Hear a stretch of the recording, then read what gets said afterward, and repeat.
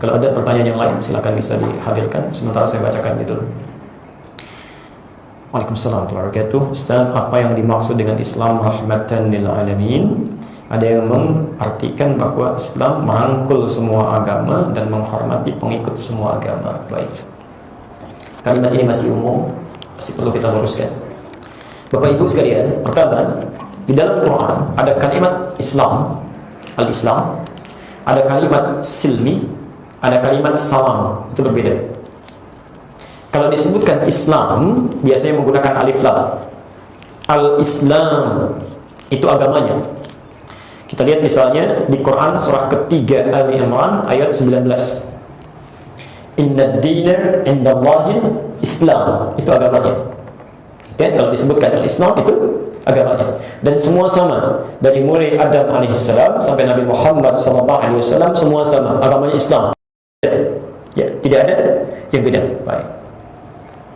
Kalau seseorang sudah masuk Islam, okay, maka kalimatnya berubah tadi menjadi amanu, diminta menunaikan semua tuntunan dalam Islam. Tuntunannya disebut dengan silmi. Ini yang dimaksud dengan syariat. As-silmi namanya. Ya. Maka diminta menunaikannya secara total. Ya, kita lihat misal Quran surah kedua Al-Baqarah ayat 208. Ya ayyuhalladzina amanu dukhulu fis-silmi kafah. Hei orang-orang yang telah menyatakan dirinya beriman masuk Islam, maka silahkan praktekkan tuntunan keislaman secara total. Ya, tuntunannya disebut dengan as-silmi. Dari bangun tidur sampai tidur lagi. Cuma agama Islam yang punya itu. Silahkan cek di agama lain atau yang dinilai sebagai agama. Silahkan cek. Tidak ada tuntunan yang hadir menyertai aktivitas kita dari bangun tidur sampai tidur lagi, kecuali dalam Islam. Ya. Ini menunjukkan bahwa agama ini benar. Ya. Coba lihat, bangun tidur ada tuntunannya, ada doanya. Ya. Dari mulai duduk dulu, menghilangkan bekas kantuk, membaca doa bangun tidur, membaca 10 ayat terakhir surah Ali Imran, ada semua. Pakai pakaian ada doanya. Ya. Masuk ke toilet bahkan ada doanya. Makan ada doanya, duduk ada doanya, semuanya sampai kita tidur lagi. Ada semua. Itu silmi namanya. Nah, dalam mempraktekkan itu kita mesti total, tidak boleh setengah-setengah. Ya, tadi saya sampaikan, sholatnya Islami tapi tutur katanya tidak Islami. Bahkan dari mulai ujung mata sampai ujung kaki ada tuntunannya. Ya, bagaimana cara memandang? Misal kita temukan di An-Nur ayat 30 sampai 31. Ya, bagaimana cara berucap? Bagaimana cara mendengar? Bagaimana cara berjalan pun diatur. Ada semuanya. Itu Islami.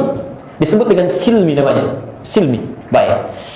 Kalau Anda bisa lakukan itu dengan baik, maka Allah akan turunkan dampak dari awas ketaatan kita menunaikan tuntunan ajaran Islam. Jadi kalau matanya diarahkan Islami, telinganya diarahkan sesuai tuntunan Islam sampai ujung kakinya, maka Allah akan turunkan salam. Salam itu keselamatan, kedamaian, ketentraman, baik dunia, alam kubur atau akhirat. Quran surah ke-19 ayat 13 itu. Ya. Wassalamun alaihi yawma wulida wa yawma yamutu wa yawma yub'atsu hayya. Salam. Ya. Maka hidupnya akan selamat, selamat dari hukuman Allah, selamat dari murka Allah, selamat dari tangan jahil manusia. Ya. Yauma wulida, saat hidupnya tenang, saat meninggalnya tenang, dan saat di akhirat pun dihidupkan dalam keadaan atau dibangkitkan dalam keadaan yang sangat menyenangkan. Nah, sekarang persoalannya, mari kita lihat. Tadi menyebutkan Islam merangkul semua agama. Akan kita sepakati, agama itu ada berapa? Cuma satu, Islam. Ya, yang lainnya bukan agama. Ingat, kalau kita mengatakan ada agama lain selain Islam, berarti sudah salah. Sudah salah. Karena saat kita bersyahadat, kita mengatakan asyhadu an la ilaha, la pertama nafi, illa yang kedua isbat. Ya. Asyhadu an la ilaha. Ya. La yang pertama nafi, menafikan semuanya, bahwa tiada Tuhan, tiada, enggak ada. Enggak ada kepercayaan, enggak ada agama, nafi, semua enggak ada. Illallah, illa yang kedua isbat, menetapkan satu saja, cuma Allah. Ya, cuma Allah. Jadi kita mengakui bahwa tidak ada Tuhan seluruhnya kecuali Allah, nafikan semua, tetapkan satu. Ya. Lalu kemudian untuk mengenal Allah ini dibuat satu konsep, tuntunan, runtutan yang tadi dinamakan dengan Islam. Karena itu kalimat Islam disandingkan dengan Allah di Quran. Inna dina indallahi al-Islam. Ya. Agama, din yang tepat di sisi Allah cuma Islam. Karena itu saat seseorang masuk Islam, dia harus mengakui tidak ada agama lain, nafi semuanya. Tidak ada Tuhan lain. Illallah illal Islam. Kecuali Allah, kecuali Islam. Di saat seseorang mengakui ada agama lain di luar Islam, itu sudah salah. Sudah clear. Ya? Itu sudah clear. Yang benar, yang lainnya disebut dengan mu'taqadat. Ya, sesuatu yang diyakini saja. Padahal bukan agama. Dan Quran pun mengungkapkan dalam bahasa kiasan. Makanya tidak menggunakan alif lam. Lakum dinukum. Lihat ya. Untukmu, sering salah terjemah. Untukmu agamamu, bukan. Untukmu apa yang engkau anggap agama itu. Karena agama itu kalau yang benar pakai alif lam, inna dina, ya. Lakum dinukum waliyadini, ya. Untukmu apa yang kamu anggap agama itu, untukku apa yang aku anggap agama. Ya, yang aku anggap agama itu inna dina, ini agama yang terbaik, yang terbenar. Ya. Ini yang lainnya itu bukan agama. Salah kalau ada orang Islam mengatakan ini agama di luar Islam, itu keliru, fatal, ya, fatal. Baik, yang benar itu adalah sesuatu yang dianggap sebagai agama, kepercayaan yang diduga sebagai agama. Ya. Maka pada kepercayaan itu kita diminta untuk berdakwah tapi tidak memaksa. Tidak memaksa. Ya. Pertama, kita punya prinsip. Ini prinsip hebat ini. Tidak ditemukan di agama manapun, cuma kita yang punya. Lakum dinukum waliyadin. Kita nggak boleh paksa. La ikraha fid din. Ya. La ikraha fid din. Tidak boleh kita memaksakan orang untuk ikut kepercayaan kita. Tidak boleh. Ya. Yang ada adalah Quran surah ke-16 ayat 125. Ud'u ila sabili rabbika bil hikmah. Silakan kita dakwahkan. Ajak orang lain mengenal pada Islam dengan hikmah. Hikmah itu cara terbaik sesuai dengan objeknya, baik dari sisi pengetahuannya, sisi wawasannya, dan sisi keadaannya. Silakan. Ya. Barangkali ada yang dakwah dengan pengetahuan. Ya. Ada yang dakwah misalnya dengan materi. Ya. Ada yang dakwah sifatnya dengan akhlak. Macam-macam. Silakan bersikap bijak. Ya. Dulu, Masya Allah, ada seorang mahasiswa, dia kuliah di Amerika. Kemudian satu flatnya itu non-muslim. Yang muslim ini seringkali suka lihat acara-acara di Masjidil Haram. Ya, jadi kalau ada acara tentang sholat, ya, macam-macam kan, channel pertama itu biasanya Masjidil Haram. Nah, karena Allah ketika dibuka itu menunjukkan tentang acara menjelang Isya, ya, di Masjidil Haram, persiapan Isya. Kemudian temannya Islam bertanya kepada kawan yang non-muslim, dia hadir di situ. Kata kawannya, kamu silakan perhatikan banyak orang di sini, kira-kira ada berapa? Kata orang ini, ya sekitar 500 ribuan, ya, ratusan ribu. Baik. Berapa lama waktu yang dibutuhkan untuk menjadikan yang ratusan ribu menurut kamu itu bisa rapi dalam seketika? Kata orang ini, mungkin 1 minggu. Ya, mungkin 1 minggu. Ya, di satu-satu dia bayangkan rapi. Kata orang ini yang muslim, saya akan tunjukkan kepadamu, dalam hitungan tidak sampai 1 menit mereka akan rapi seketika. Dia tidak percaya, mustahil itu katanya. Ini kan banyak. Right. Nanti saya perlihatkan.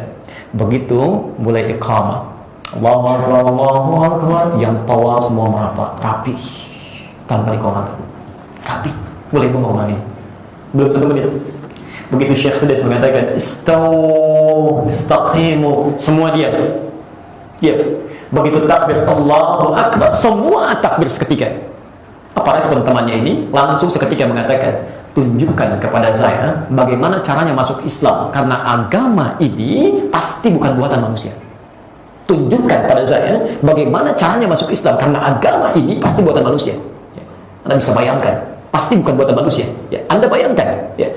Dengan pengetahuan diskusi ringan saja, orang lihat sholat Isya, dia mendapat hidayah. Ya, ajak dia dengan hikmah, untuk ila sabili rabbika bil hikmah. Orang nonton salat Isya dapat hidayah. Ada orang sudah diberikan hidayah nggak mau salat Isya.